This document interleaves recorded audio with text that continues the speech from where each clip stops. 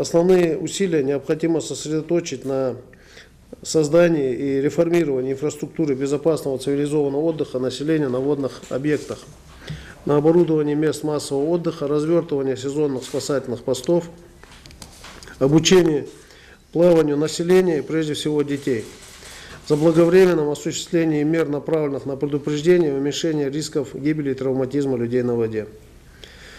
В соответствии с планом мероприятий по подготовке и безопасному проведению купального сезона на водных объектах республики в 2018 году министерством, ведомством и органам местного самоуправления было поручен ряд мероприятий.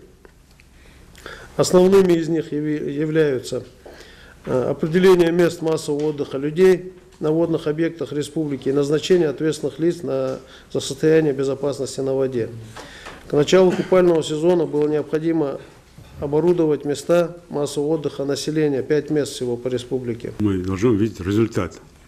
Сколько вы обучили, погодовали там, по кварталу, зимой, летом, в том числе летом на открытых водоемах. Изучите это. Там. Сухую можно плавать, и так можно плавать, но детей надо научить. Чем больше детей будет знать плавание, тем меньше у нас шансов, что они потонут. Или будет несчастных случаев. Обратите на это внимание. Это первое. Второе. По местам массового отдыха. Совету безопасности проверить протокольное решение, доклад довести, и председателю правительства посмотрите у себя, запишите, и внесите это в протокол совещания, заседания Совета безопасности. Проект сейчас делать, буквально там, эскиз, не проект, а эскизный.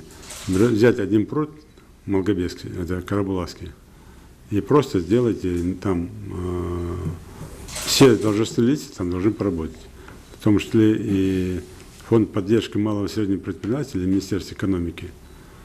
Там как раз народ собирается, народ там будет собираться, если площадки выделить для предпринимателей. Кто-то шашлыки делает, кто-то там мороженое продает, кто-то еще, что на пляже обычно бывает. Это все надо организовать. И примерно показать и проверить, посмотреть, сколько это в сумме выйдет благоустройство этой территории.